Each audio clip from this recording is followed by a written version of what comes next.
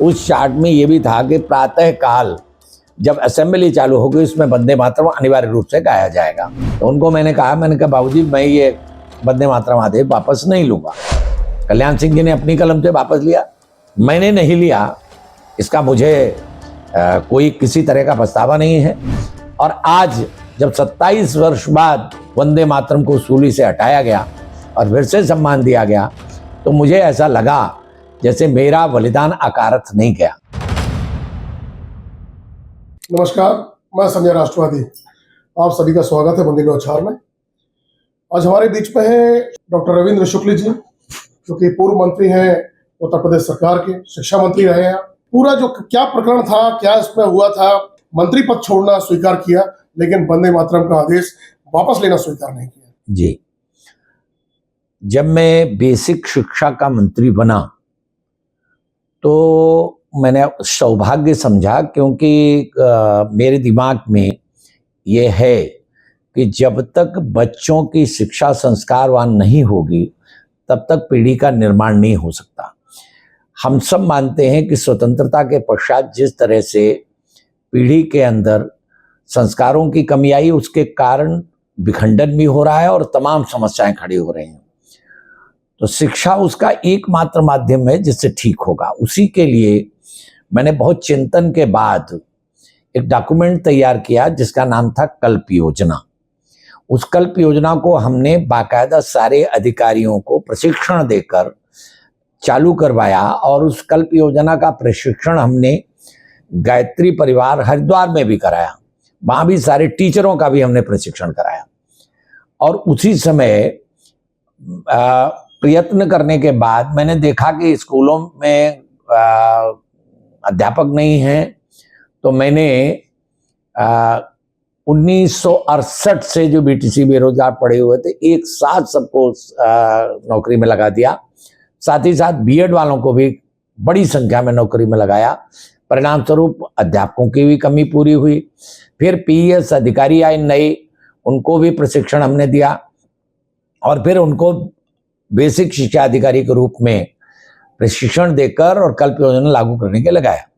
कल्प योजना में एक काम था कि संस्कारवान शिक्षा के लिए क्या क्या करना, उसका पूरा एक चार्ट बना के दिया था। उस चार्ट में ये भी था कि प्रातः काल जब असेंबली चालू होगी उसमें वंदे मातरम अनिवार्य रूप से गाया जाएगा। बस इसी पर विवाद हुआ। नदवा से फतवा जारी हुआ और नदवा से अली मियां ने फतवा जारी किया।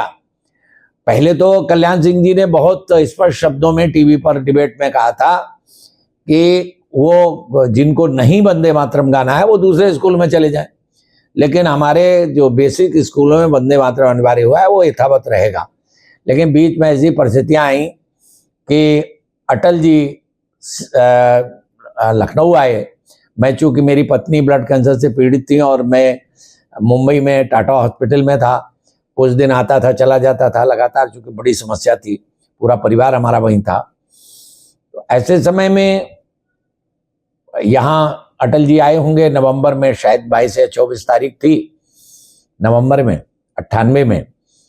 तो यहाँ पर जब वो आए और उनसे पत्रकारों ने पूछा ये वंदे मातरम अनिवार्य, इस पर विवाद खड़ा है, तो जो अधिकारी थे उस समय के प्रमुख शिक्षा, उन्होंने कहा कि नहीं कोई अनिवार्य नहीं है। परिणाम स्वरूप अटल जी ने प्रेस कॉन्फ्रेंस में भी वही बोल दिया। इसके बाद उन्होंने लोकसभा में भी जवाब दिया, लोकसभा में भी मामला उठा था तो उन्होंने कहा कि नहीं अनिवार्य है। बाद में मैं आया जब लखनऊ, तो एयरपोर्ट पे ही पत्रकारों ने मुझे घेर लिया और उन्होंने पूछा कि अनिवार्य है कि नहीं। मैंने कहा है अनिवार्य।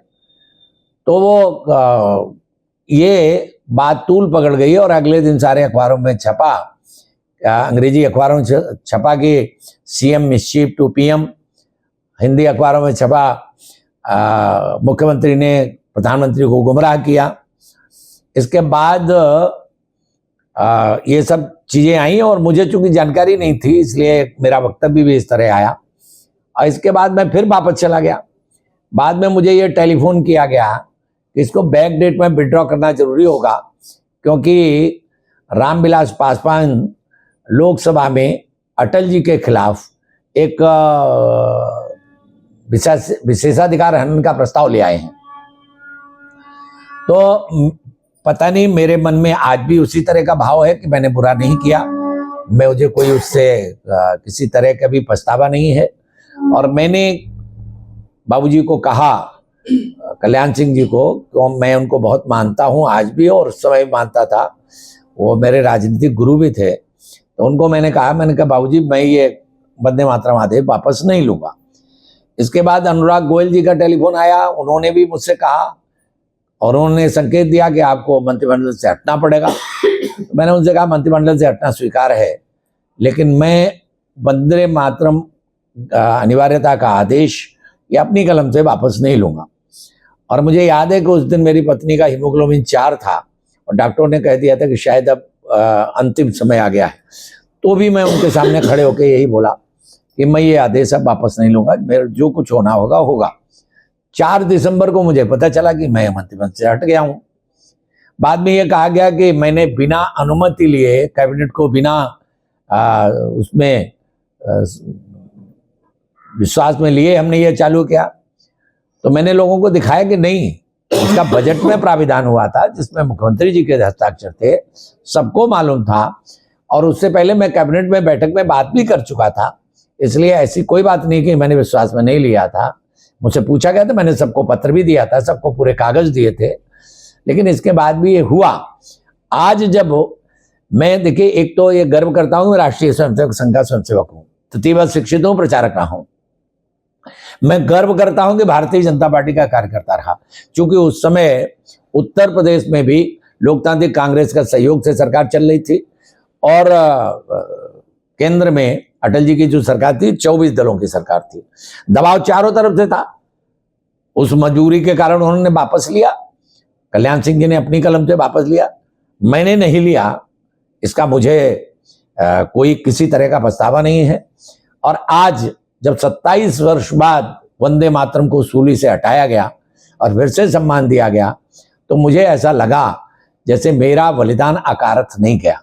मुझे लगता उस समय जो बलिदान हमने दिया था उसकी चिंगारी अभी तक जलती रही। और आज लोकसभा में मेरा नाम लिया जा रहा है, तमाम चैनलों पर मेरा नाम आ रहा है। मुझे लगता है कि मेरा वो त्याग का परिणाम मुझे मिल गया। और मैं भाजपा को धन्यवाद दूंगा कि उन्होंने मेरी लड़ाई को या मेरे भावना को इतने दिनों बाद भले से ही नए नेतृत्व ने, आज के नेतृत्व ने निश्चित रूप से उसको जो काम किया है वो जितनी उसकी प्रशंसा की जाए उतना कम है। मुझे गर्व है कि मैं भारतीय जनता पार्टी का कार्यकर्ता हूं, मुझे गर्व है कि मैं राष्ट्रीय स्वयंसेवक संघ का स्वयंसेवक हूं। आपका वो निर्णय एक राष्ट्रीय हित में लिया गया निर्णय, जिसको कि आपने मंत्री पद से ऊपर रखा, राष्ट्रीय सर्वोपरि को आपने अंगीकार किया और उसको आपने उसका उदाहरण प्रस्तुत किया। आज एक इतिहास बन चुका है और आज आपको इसीलिए याद किया जा रहा है कि वंदे मातरम को लेकर के जो ये प्रकरण है ये इतिहास में दर्ज हो चुका है। और ये हमेशा समझता हूँ कि झांसी पूरे हिंदुस्तान का जनमानस इसको याद रखेगा।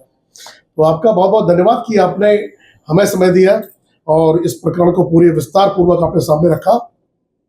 और मैं आपके प्रति आभार व्यक्त करता हूँ, उस निर्णय के प्रति आभार व्यक्त करता हूँ कि आपने राष्ट्र हित को सर्वोपरि रखते हुए। संजय जी एक 30 सेकंड की और बात करूंगा।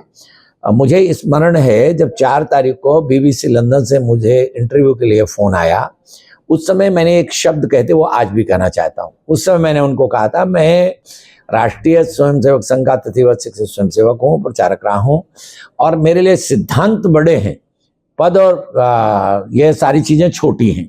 और इस कारण से जो निर्णय मैंने उस समय लिया वो काम आज भी मैं कर रहा हूँ, मैं उससे हटा नहीं हूँ, रात दिन काम कर रहा हूँ। अहर्निश परम वैभवन्नेतु मेत स्वराष्ट्रम, ये हमारा लक्ष्य है और इस लक्ष्य के लिए मेरा जीवन ये पूरा समर्पित है। भाई साहब, आपके इस निर्णय से झांसी भी गौरवान्वित हुई, भारतीय जनता पार्टी भी गौरवान्वित हुई, राष्ट्रीय स्वयंसेवक संघ भी गौरवान्वित हुआ। हम आज भी गर्व के साथ कहते हैं कि डॉक्टर शुक्ल ने राष्ट्र हित को सर्वोपरि रखा, मंत्री पद को तो भले ही छोड़ना मंजूर किया लेकिन अब समझौता नहीं किया, अपने सिद्धांतों से समझौता नहीं किया।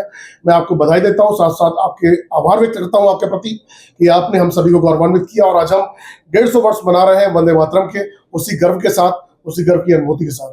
बहुत बहुत धन्यवाद आपका। जय हिंद, जय भारत सभी को। लॉन्ग डिस्टेंस वाली लंबी रातों को या नॉन स्टॉप वाइब बोले 50 सालों से इंडिया का भरोसा है सूर्या, तभी तो आज भी इंडिया बोले सूर्या को यार।